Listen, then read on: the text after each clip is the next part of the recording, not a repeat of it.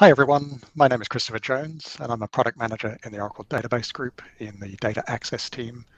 I look after language APIs such as for the node.js driver that we're going to talk about today. So welcome to this introductory level talk, getting started with Node.js and Oracle Cloud databases. You'll just seen a fairly brief abstract, but we'll get straight into it since this is a very short session. So traditionally I start with this slide. It sort of shows the ecosystem that I play with, open source language support. There are some drivers there, languages there that we maintain drivers for, others that we contribute to, the Go driver we contribute to, and some others where third parties actually own and maintain those, and we really are grateful for their contributions to the ecosystem and to you as users. You can see most of these are what we call thick clients. They sit on top of our C client library stack. Mostly you'll get that as part of the instant client packages. Talk about that a little bit later. And then that talks down through Oracle Network to the database itself. Obviously today we're going to be talking about Node.js. Agenda covers the topics mentioned in the abstract. So we're going to look at installation and configuration of the driver. Then going to talk about how to connect to Oracle Autonomous Database, and finish with some brief best practices for you. So what is node-oracledb? What is Node.js? Node.js is an ecosystem, mid-tier. You can write code in JavaScript and TypeScript, which is a kind of typed version of JavaScript, if you want to call it that. So node-oracledb is the module which allows those languages to connect through to Oracle Database. It's a package which is installable from the NPM registry. NPM is a sort of package management system used commonly for Node. It's an open source project, open source license, and we maintain it out of my group. Here's a quick slide to get you acclimatized to what some code looks like. There are various coding styles available for Node.js. This is the async await style, which has been around since sort of version 8 of Node. We're up to, what, 18 or so at the moment. You may be familiar with some promise style or callback style, the continuation style programming. You'll find that this async await style is much easier to use, much less error prone, causes much less code nesting. So this is a fairly standard code model. You can see in the red there, there's a get connection call, and we pass some credentials in, and a standard Oracle connection string, which can be one of our standard 3 easy connect syntaxes, host, port / service name. Here I'm using a tnsnames.aura, which we find convenient in some of the cloud landscape. And once you're connected, got a connection, execute some SQL statements. You can see in there :b of e, the bind variable, and then we're just assigning that with the curly braces to the value which was passed in, the max key that passed in as a parameter to this function. Print some results, the next red line. And then at the end, obviously, we want to kind of close the connection. Yes, at the end of scope, it will be closed automatically, but generally you want to close that as soon as possible for resource reuse. So, try blocks, catch blocks, very similar to many other languages there. The top line, which I glossed over, skipped over, was the requiring of the module. So you just load that into the application code. Bottom line, obviously, invoking that function we just created. No surprises there. And if you run that, you type node, run the application file, you're going to get some output, which would obviously depend on the input into the tables, which I'm not showing you for reasons I don't think you need to know that level of detail. So installation configuration, where do you actually get started? There is a quick start available on oracle.com. Let me run through that. You obviously need the Node language itself, so you can get that packages from the npm js.org site, the Node community. Oracle Linux users and other Linux users can get RPM packages from their package management system, such as yum.oracle.com. Install that, unzip that, install the DMG on macOS, and away you go. So in that stack diagram before, I showed that it was a thick client, so we need some client libraries, and you can get these from the Oracle database if you're installing Node on the same machine where the Oracle database runs. If you're not, as most people are not, they're running kind of client-server model, then you install Oracle Instant Client, and you grab the basic package. So that's a single zip file, or Mac, there's a DMG file. If you want RPMs, there's RPMs available as well for Linux. No click-through anymore. That's got abolished a couple of years back, so it's really convenient. You can script those installs. So you create an application such as the file I showed you before, which might be called app.js, and you create your package.json file, which just describes the project that you're working on. So you can see some fields there, the name and some versions, your arbitrary values that you create, and you put some dependencies. So here I'm just saying, hey, my program depends on this Oracle DB module. Note, although we sometimes refer to it as node-oracledb to kind of distinguish it from things like Python OracleDB, the actual identifier when you're running in the code is just OracleDB itself. Then if you run this npm install command, node npm goes and satisfies all those dependencies, download the packages, and you end up with a local install of the OracleDB module, the driver. So each of your applications can have its own hierarchy of modules and different versions. There's no issues there with clashes.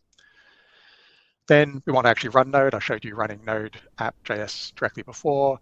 You can put that in this scripts tag inside the package.json, which is convenient for reasons I'll show later. And you can just run npm start, and that will run that start script. And that was it, the quick install. But one thing you do need to do, which I didn't show in the previous slide when I showed you code, was you need to identify and tell that code where the Oracle Instant Client libraries are, or the Oracle Client libraries are. So on Windows, I've got 3 slides going for Windows, Linux, and Mac. On Windows, we can in the application, so I go back and edit my app.js file.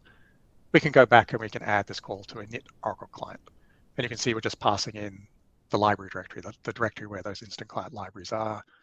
Windows, double backslash, of course, so that you're not being treated as an escape character. This thing works well on Windows and macOS, but doesn't work for Linux. I'll repeat that a couple of times. You can pass other options to init Oracle Client. Configuration directory can contain, it can specify where your network configuration files are. You can pass in some other things such as the driver name if you want Oracle to be recording a different name for your application inside its internal views, perhaps for some debugging purposes. Now, on Windows, more traditionally, perhaps you might have just set the path environment variable and added the instant client libraries to that path environment variable before Node ran. There are always some issues with that, making sure that you were setting it and restarting or rebooting Windows in the old days so that the path environment variable was picked up correctly. I recommend avoid doing both. So if those instant client libraries are already on the path environment variable, perhaps don't call init Oracle Client, because you could end up with clashes when you forget and you update one version in one place and not somewhere else. So just choose one or the other. macOS, as I mentioned, you can do the similar thing with init Oracle Client. And here, of course, I'm just calling externally process.env home to get my home directory and using the standard downloads instant client 19.8, which is the place that the install goes automatically to on macOS for instant client. You can use package.json, just set up this symbolic link. And so here I've modified package.json scripts and added a post-install script. So when I did that npm install command, this would have got run and would have created a symbolic link. And I just linked that one library out of all of those instant client libraries.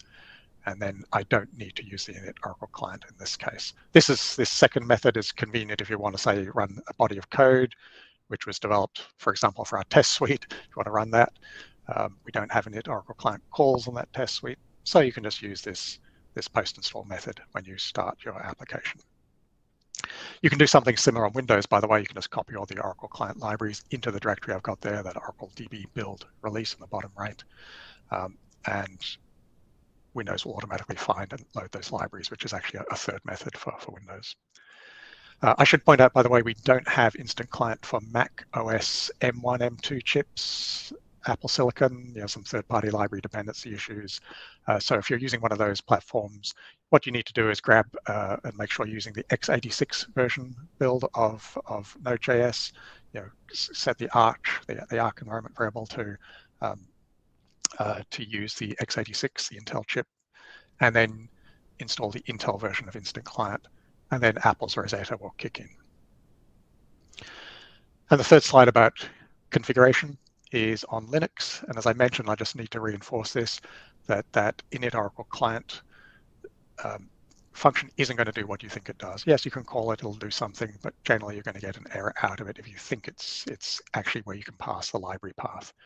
On Linux, you must externally set the library path, system library search path, before Node starts. So as you can see here, recommended way is the first one, just set a global search path. So we use ldconfig to do that. Alternatively, you can do it process-wide with the traditional ld library path environment variable. LD library path has some issues, as you might know, if you're doing like sudos or something like that. Wipes out environment variables. If you're trying to run through Apache, it starts with a clean environment variable slate. So doing it system-wide does resolve a lot of problems for most people. And if you're installing the Oracle Linux RPMs, they automatically do that ldconfig step for you, so you don't need to do anything at all with them. But if you do call init Oracle Cloud, and you might want to call it for any of those other parameters I mentioned, the config.dir or the driver name, recommend not passing libdir because you'll kind of confuse yourself, think that it has some effect when it really doesn't. So that was installation configuration. Relatively simple. npm install, get the driver there, get instant client there, hook the two up, and then you can start coding anything that you like. And the driver, I don't have time today, the driver has a lot of functionality for things like advanced queuing and our SODA, our document storage model, JSON documents, JSON functionality, continuous query notifications, addition-based redefinitions. In a short talk today, I don't get time to go into all of those things, but they are covered in the manual. So it's a very powerful, great mid-tier ecosystem for doing things like web services. We're seeing it in a large number of places, people doing very large data flows, people doing very scientific things with it. It's been around for some time. But today we're just going to focus a little bit on this connectivity and the installation in this very short talk that we have allocated. So I traditionally, when I create Oracle Autonomous Database, use the transaction processing, ATP. Some of you may be familiar with it already, but we have some other services there, the data warehouses, ADW, and the JSON service, ADJ. What I'm going to show you applies to all of those. So in the Cloud Console, you can create a database, click through buttons, and at one stage, you'll get this network connectivity access. Choose your network access module. And I'm showing two different versions at the top, depending which of those buttons or boxes you can see in the lighter blue I've selected. So the first one is TLS, aka also known as one-way TLS. So this uses system certificates. And I'll talk about that in more details in the next slide. The alternative is this mutual TLS, MTLS, two-way TLS. So MTLS requires both the client and the server have unique encrypted keys. So you have to download a special key for that in a wallet. During DB authentication, the certificates are compared, et cetera, and authentication can proceed. I'll do TLS first and then go into mutual TLS. So it's part of creating the database. This is the slide I showed before, but in more detail, or the diagram I showed before. There's a drop-down saying what kind of IP notation do you want. And you can either specify an IP address, a known IP address. So we're only going to allow access to the database from specific IPs. Or you can pass a whole CIDR block, if you want a range of addresses allowed. In some environments, and I'm calling out Oracle Cloud Shell, if you're familiar with that, you can't actually pass the IP address and you have to use kind of wildcards. So think about that carefully. It might be okay for some testing scenarios if you just allow access from every machine around the world, and other places you definitely don't want to do that. But Cloud Shells itself, just a little GUI console you can see on the web browser for accessing a machine and accessing Oracle infrastructure, is just for general testing anyway, so you might be okay with adding a 0.0.0/0 CIDR block. The other thing about this, of course, is that if you're on a sort of DNS system, rebooting a laptop, your IP address is probably going to change every day. So you're going to have to come back into this system and add your new IP address, delete the old one, add the new one each morning, each day that you want to use the database. If you're using a compute machine, an Oracle Compute, or more fully configured fixed IP address machine, this isn't an issue. You just set your IP address and restrict access to the database just from that single IP address machine. So you're back in the Cloud Console. I've got a database here, CJDB SID, short for Sydney for no reason. And we can just triple check, yes, the access type is allow secure access from specific IPs, and enabled the ACLs, and we don't have mutual TLS enabled. And the next thing back on that console is there's a DB connection button. So we can simply click that, and we're going to get the database connection page. And the important thing here is where that blue bar is, that we want to choose between the TLS and the mutual TLS, and we need to do that because the connection strings, which are shown at the bottom, where I've got the other red box, they will change depending which option we chose. And we know we wanted to access via TLS in this case, so we need to select TLS before we copy any of those connection strings. And for those not familiar with the cloud, you've got a few different services. So we kind of reuse the word service. We had ATP service, ADW service. We've got service here. It kind of gets a little confusing. The ATP, ADW, you're configured for different kinds of workloads at the broadest level. And then these services that we show here allow different things like different degrees of parallelism. Some of them have different failover capabilities and things like that at a lower level. So again, select TLS before you copy the connection strings. And then one thing I glossed over was that you actually need a relatively recent version of Oracle Client Libraries, which are able to access those system certificates. But once you have those, then you just use that copy connect descriptor in your application. So you call get connection, just pass in the connection string. And for those not familiar with Node, using back quotes, which just lets me use a multi-line string. Simple. And the only trick is making sure you've got access through the network from your IP address to that cloud server. If you're inside a firewall and things like that, you start having some issues. You might need to use proxies, get off the firewall, whatever. But let's look at mutual TLS. So if you're on Mac OS with 19.8 Oracle Client, you don't have the latest version, so I can't use the one-way TLS. If your IP address changes a lot, you might actually find mutual TLS easier. You just set it up once and don't have to do anything from then on. So back on our Cloud Console, so I've created a database. Again, it's the ATP, my transaction processing database, CJDB Melb, short for Melbourne, where I'm sitting at the moment.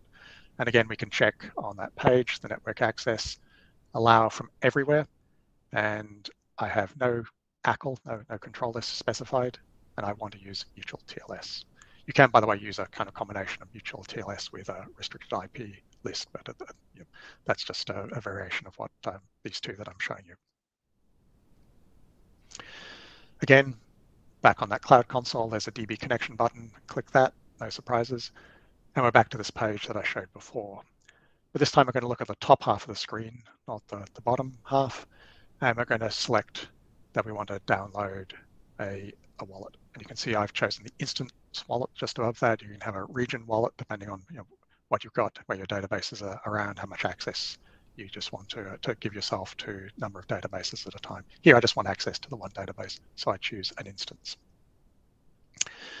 Click the download, and we're going to be prompted for a username and password. Now, the file that we're going to download is a zip file, has a bunch of different kinds of wallet formats in there, certificate formats in there. For Node.js, for the node-oracledb driver, we actually don't need a password.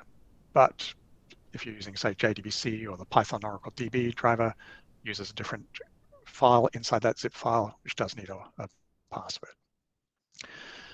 Bottom line is, it's a password, choose a good password, don't share it. Okay, so we click that download button, we get a zip file, as I mentioned, and from that zip file, I can extract just 3 files. Those are the only files we need in the Node Oracle DB space. It doesn't really matter if you extract the others, but they're just not needed. So we get the certificate itself, and we get Oracle's standard network configuration files, a SQLnet.ora file and the tnsnames.ora file. First one with attributes about the connection, and the TNS names has the aliases and where the connection should be attempted to. So we have a couple of options now with those 3 files. So the first option is to move them to a default location, traditionally the network/admin subdirectory under the instant client or Oracle Home or wherever. And if you do that, that's all you need to do. Just move those 3 files, default location. Oracle libraries will find them. You don't need to do anything extra. That's okay for some people, not for others. Maybe they have multiple databases you want to connect to, so you need to be toggling between things, and you can't have multiple copies of those files in those default locations. In that case, you just move them to any location, obviously accessible to Node.js. And in this case, this is the important bit. You need to edit that SQLnet.ora file. There'll be a directory path in there which has the question mark network admin. And people who have worked with Oracle for a long time may know that the question mark actually internally in Oracle speak expands to the Oracle home environment variable, also used for instant client home directory. So that's why you don't need to make any changes in the first option. But you need to set that to the directory containing your cwallet.sso file, which is probably going to be the same as where you've got the TNS files as well, SQLnet and TNS admin files. And then you would set this TNS admin environment variable or whatever method you have in the Oracle client. Like I mentioned this config parameter earlier, and here I'm showing it. You would set that, one of those, the environment variable or the config parameter, to where the .ora files are located. So yes, technically the wallet doesn't have to be with the config files, but most people stick them together, and then the 2 paths being used in the directory and for TNS admin would be set to the same things. One thing to note is if you're sort of playing between TLS and mutual TLS, and you kind of downloaded this wallet and stuck it in the default location, and then you try and use one-way TLS, this SQLnet.ora will get loaded, and if that path is invalid or doesn't work, you will get a connection error even if you're not using mutual TLS at that stage. So just be a little careful if you're in those sort of environments where you're playing backwards and forwards, which is a common sort of beginner step, because that's exactly what you're doing. So if you're downloading this, moving it anywhere, you just set it to a known value, and then you don't have to worry about it. Or just use TLS before and don't even have these files to begin with. So, and then we can connect, and in this case we look in the TNS names.ora file, and it has an alias mapping to a connect descriptor. And here I'm just using the hi service. And note that I'm also passing credentials, because this wallet, unlike some of the other Oracle wallets, doesn't contain database username and password. So those are the 2 standard ways of connecting. Mutual TLS, useful in a number of cases. TLS useful for others. And note, by the way, the TLS should be faster. So you may want to explore that option, certainly in a production environment system where you're likely to have a fixed IP address, etc. You probably want to be using that. Tokens. So there is a third way. This is relatively new in Oracle DB.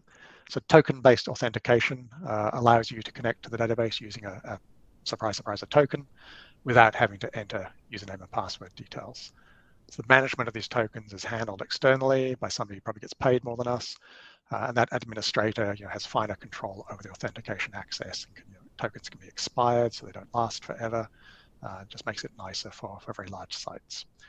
At the application level, after you've been given a valid token by someone or got it by some method, you can use it to create connections to the database. So node-oracledb in recent versions, if you read down, 5.4, 5.5. So we released 5.5 just recently in the last couple of weeks or so. They support 2 kinds of tokens. So in Microsoft Azure Active Directory and the Oracle Cloud Infrastructure Identity and Access Management tokens. You can use these tokens for both standalone connections, as I showed before, and for pooled connections, which I'll show soon. So you need a valid token to be able to connect, or when perhaps the pool needs to grow. But once the connection is opened, then it's not going to be affected by token expiry. So this is an example with a connection pool. You can see the callback there, specified in the, oops, let me just tilt my head. Sorry about that. Token callback. That's a function I'm just about to pop up on the top part of the screen. So there are some subtleties with refreshing tokens, which for this introductory talk, I don't have time to go into all of those. But if you look here, a model allows the application to have a kind of cache for the token. And in this case, the cache is really that access token string at the top. So that can be set externally, if you like, by something I don't show on the screen to a valid token. And you can do that at any time. If you know your application knows the token expires every hour, then you might want to get a new token every 15 minutes or so, because you don't want to be having to get that token just when you need to create a connection. Because getting that token may involve a REST call, involve invoking something on the file system to do a API call to get a token into a file on disk, something like that, which could be quite slow. So you can be proactive in that approach. But the callback itself will be called by the pool when the pool decides it needs a token. If the token is known to not be used or it doesn't know what the token is, this token callback will be called. And we pass in a refresh parameter when we definitely know that the token we've been using is, the driver definitely knows that the token we've been using isn't valid. So if I just pop up that laser again and go to the big screen, you can see the first thing it does, if there's no access token, if you've never had an access token, we're going to call into our get OAuth token function, which I'm not showing here. It is shown in the documentation. Again, this would use the REST call, perhaps, to get a token from your service. And then we're just going to return that access token. If there was one, we kind of return it. Connection might succeed. If connection doesn't succeed, if the token is invalid, then token callback gets called a second time, and the refresh parameter in this case will be true. So refresh really just says we definitely know that it needs to be, that the token was invalid. It doesn't always guarantee that it is invalid, but it just means we definitely know it's not valid. And in this case, it says, yes, you must refresh it. We can't use the token which you just gave us before. You must refresh it. In that case, we call get auth token again to get a new token. And if that second token doesn't work, then yes, we return an error to the user. So I'm going to refer you to doc. There's a lot of security doc about this. Microsoft, for example, has a lot of documentation about setting up their tokens. In this introductory talk, I don't have time to go into particular scenarios about this in detail. Most of you will be using the MTLS and TLS solutions, but some of you will be interested also in this new token support for authentication. So I'm going to go down to the home straight just to kind of keep it brief with some application best practices. There are a lot of examples in our GitHub repository. There are examples in our documentation, being complemented on the documentation, which is always pleasing. So please refer to that for how to do some of the things I'm glossing over in detail. But I wanted to focus on a few key things. And one of the key things is connection pooling. Kind of talked about it a little bit before, but connection pool is a pool of connections. Sometimes you think of it as the pipes open to the database for doing work.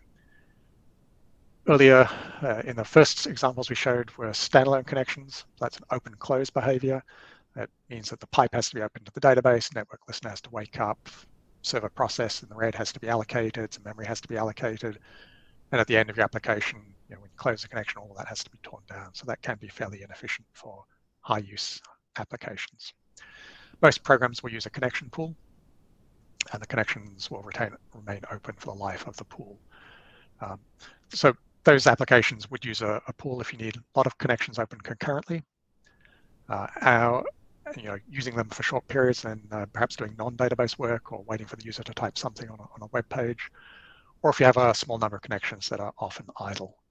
And we say that because the pools support a lot of Oracle features, great Oracle features, such as our advanced, application continuity and things like planned downtime events, things like that, so they can help build resilient apps. So even if you're using connections very infrequently, Oracle can take care of some of the recreation of those connections for you automatically in the back end.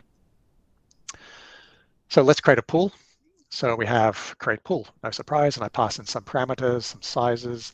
Pool increment speaks about the growth, where the pool needs to grow. It starts at 2, might need to grow up to 4, so it'll grow in increments of 1 at a time. Pool timeout is speaking about shrinking of the pool. When the pool's been idle, people haven't been using it for a while. After 60 seconds, connection's been sitting there in the pool. Application actually hasn't done a get connection call. Then we can start shrinking the pool back down. There are other parameters for addition-based redefinition, whether you want heterogeneous pools where not everybody has the same credentials, a few other bits and pieces there, but the basics are the pool growth parameters. Then there's going to be some kind of loop or parallelism going on, and applications are going to call getConnection. In this case, we don't pass any credentials, any options to it. And node-oracledb knows that means go back to this default pool and get a connection. Notice I don't even use the pool object, even though I grab the pool object up above, which you could reference. Here I'm just using shorthand oracledb.getConnection, which is convenient if you've got multiple modules, multiple files. It means I don't have to pass that pool object backwards and forwards across those paths, across those files.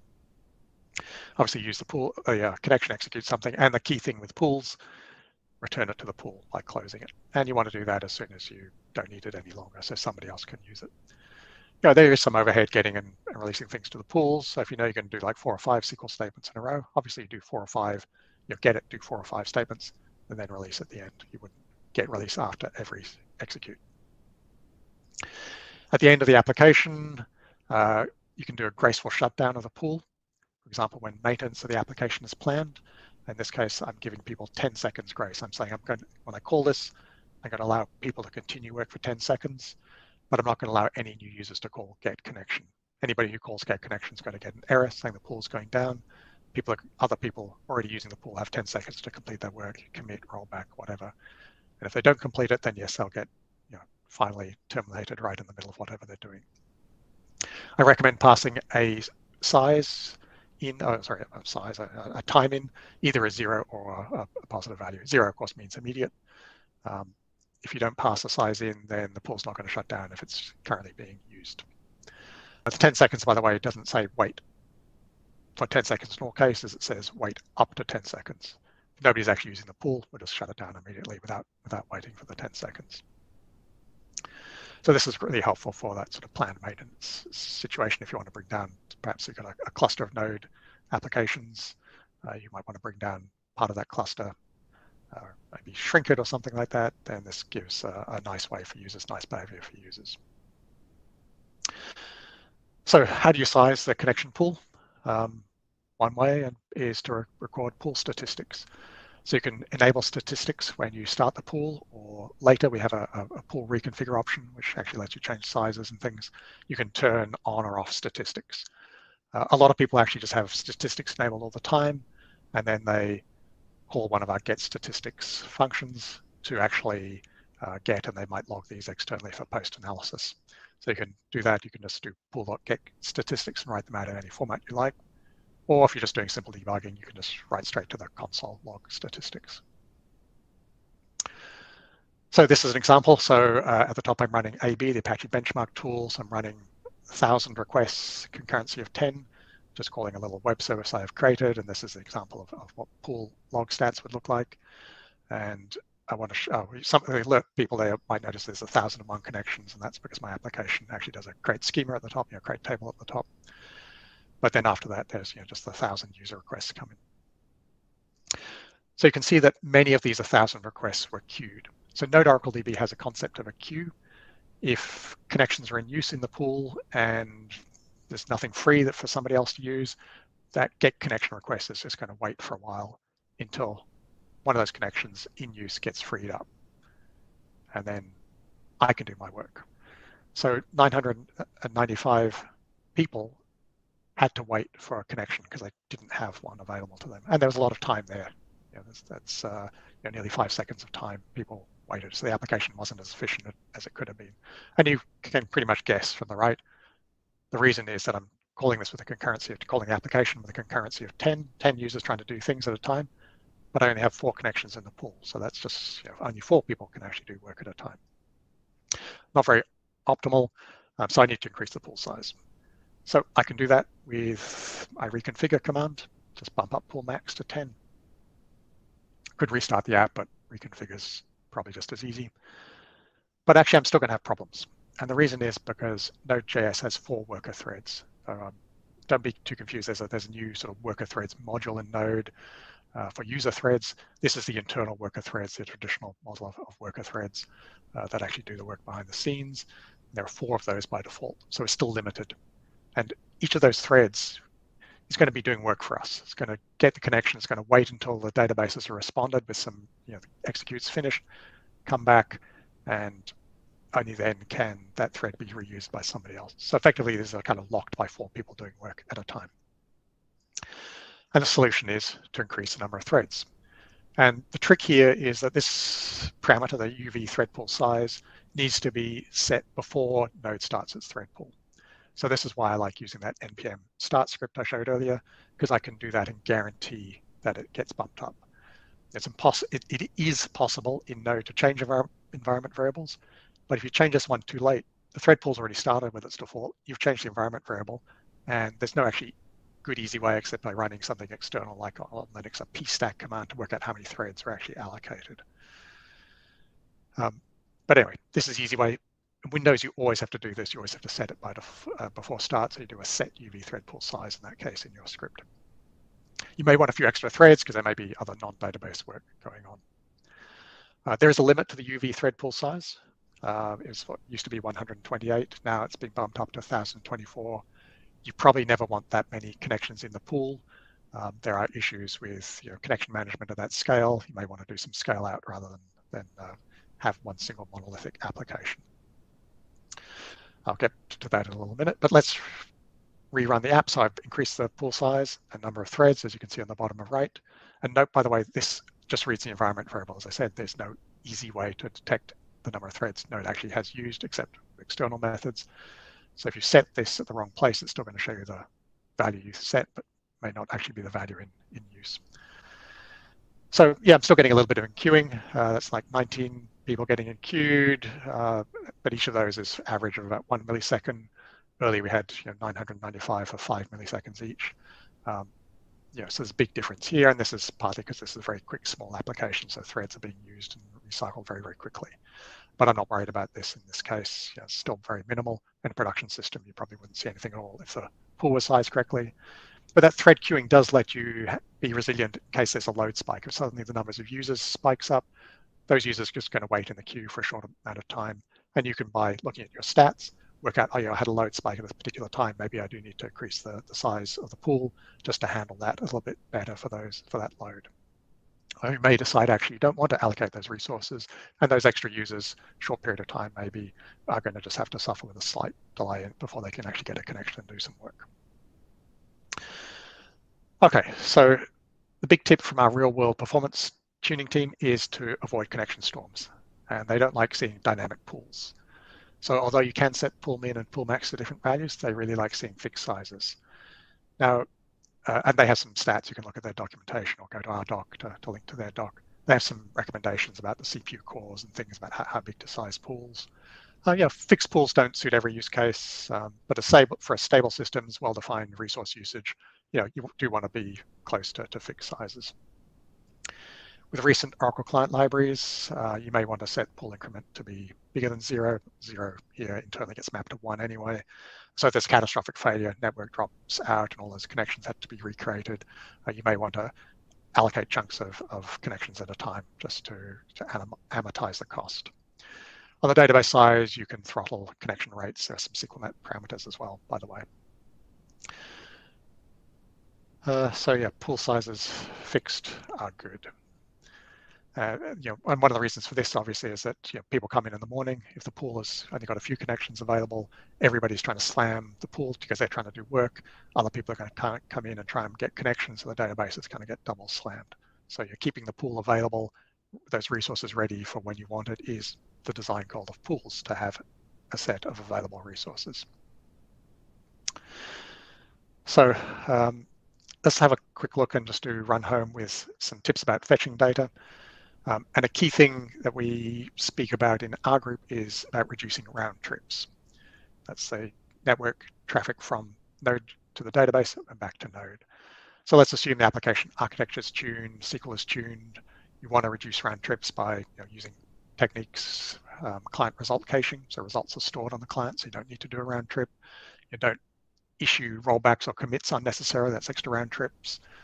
Maybe you can use PL SQL blocks to execute a few SQL statements at a time. So that's one block goes across one round trip instead of 2 or 3, one for each SQL statement. And we have an ability to do a ping to check whether network connections are alive. avoid explicit pings as much as possible.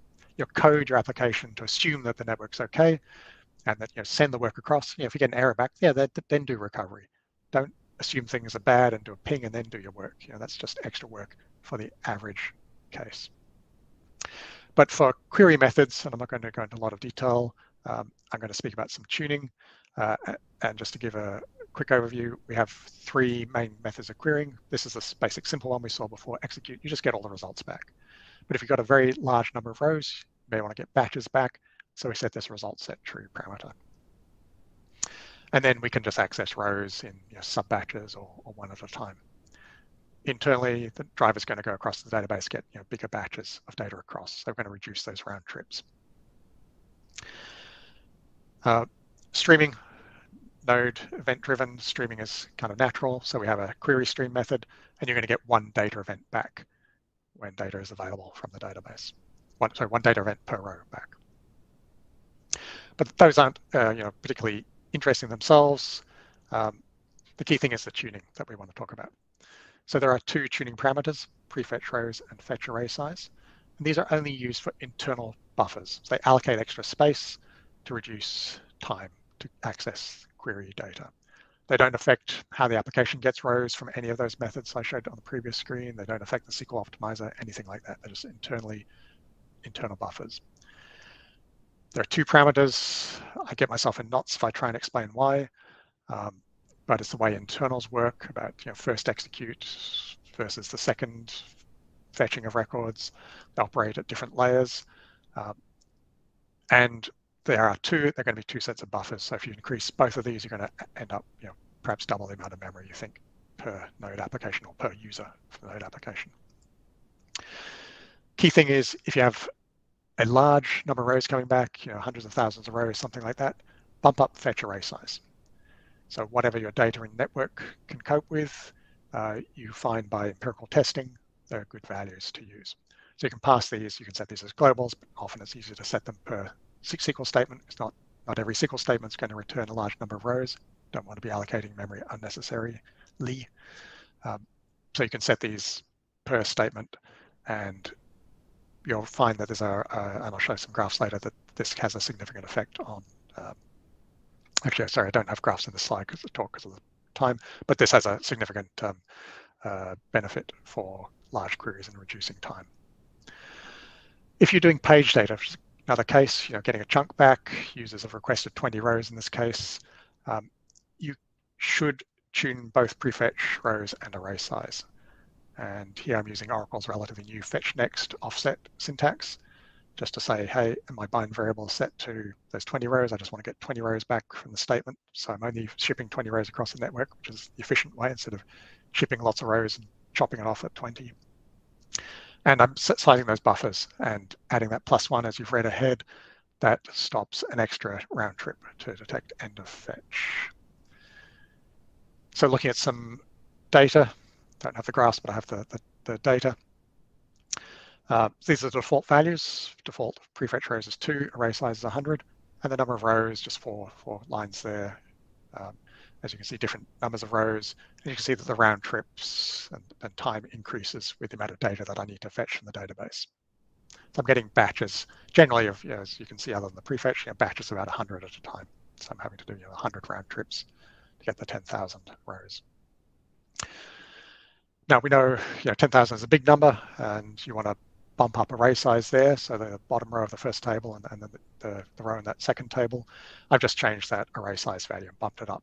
And you can see that I've significantly dropped the number of round trips and the amount of time taken to fetch all of that data. And even for 10,000, you might want to bump up beyond 1,000, depending on whatever else is happening on the system. So one thing I haven't said is you really do want to be tuning this in your production system. Yes, you can start with rough guides in your testing system, but depending what else is in the application, how much memory is being allocated, the suddenly growth of the number of users, difference between test and production systems, where you suddenly get 10 times the number of users, you're really going to need to be tuning these in your production system. And the final example just shows that +1 there for the prefetch rows and how it reduces the round trips by avoiding that extra fetch at end of file and end of fetch. And you can see then the number of milliseconds has dropped off. So LOBS, I've only got a few more tips to go. Fetching LOB data, long objects, blobs and clobs. There's a fetch as string, there's a fetch as buffer setting. You can set them either globally, as I've got at the top, or per statement, as I show lower down. This stops Oracle's traditional model of streaming of LOBs, which involves extra round trips backwards and forwards and going through extra data layer. And this just returns the data that you want in a buffer or a string directly. Much more efficient. It does work for things up to about 1 gigabyte or up to 1 gigabyte. After that, you do have to use streaming. Check the manual for specific examples, for the blob example. But do recommend this for most people who are using CLOBs as just slightly larger varchar2s. This tip also applies to direct fetches, the result sets, and the query streams that I showed before. DML is the last section here of the talk. So DML inserts, updates, deletes. It's easy. Here I've got a little table I've created in SQL. It has a not null key and a string. So I'm going to put some fruit in there. We call execute as we did before, using bind variables, which I haven't really rammed home. The three key things for Oracle performance are bind variables, and bind variables. They also help security because they keep data separate from SQL statement, so you don't get SQL injection attacks in many cases. So I'm passing in, binding some values. First key is 1. I'm going to insert an apple, setting auto commit. So that's an efficient way of piggybacking a commit call, so I don't have to do an explicit commit call. And so again, reducing round trips, but don't overuse it. If you're doing some inserts and updates, do that auto commit on the very last one. Obviously, for transactional consistency, you don't want to be committing in the middle of a block of transaction.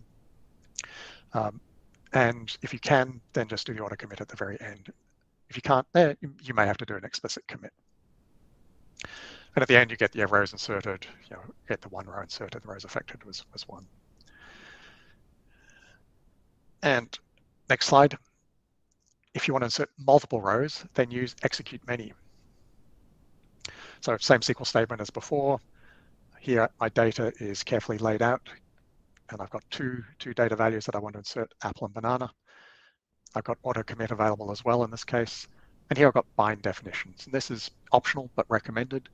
At the lower levels, when we pass the data in, we need it to be in sort of fixed memory block sizes.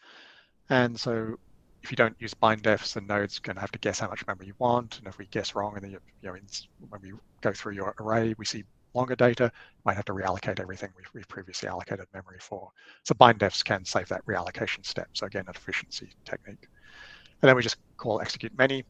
And in this case, the rows affected, we're going to get 2 back. So we had 2 rows. Very, very efficient. When you're dealing with big data sets, you often have very noisy data. In this case, I got noisy data. So earlier when I created the table, I said my key was not null. So those 2 null keys are not going to be valid.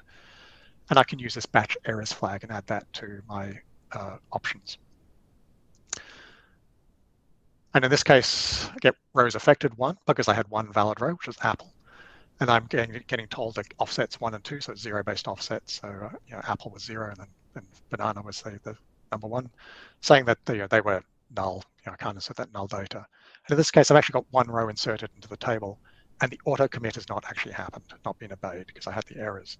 And at this point, it's up to me as a user. I can decide, do I want to clean up those extra 2 rows and reinsert them? Do I want to roll back altogether? Or do I just want to commit what I've got? And I can do that explicitly. So very easy to work with for large data sets. And it's very efficient, as you can see here. Setting a number of records